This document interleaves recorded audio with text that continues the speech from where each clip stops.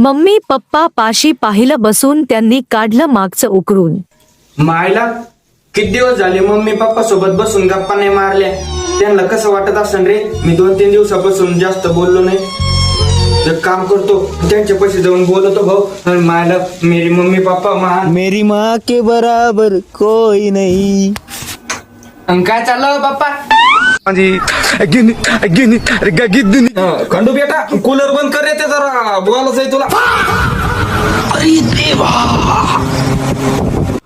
तुला त्या दिवशी मी काय सांगितलं होतं ते लक्षात कर बरं जरा. कोणत्या दिवशी हो पप्पा?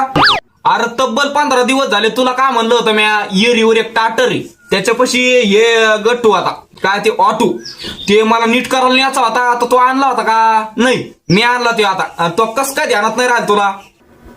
त्या दिवसचं होय, मला लक्षात नाही राहिलं हो पप्पा, ध्यानात नाही राहिलं मला. हा बैल अवघड झाला बाई आता. ऐका, तू मला बोलूनच देत नाही बा, तू याच्यामुळे इतराला लागला ते. तू दम धरा सांग, मला बोलू दे त्याला. हा ना, मग मी तुला तेच विचारतो ना, तुला ध्यानात कस का नाही राहिलं ते?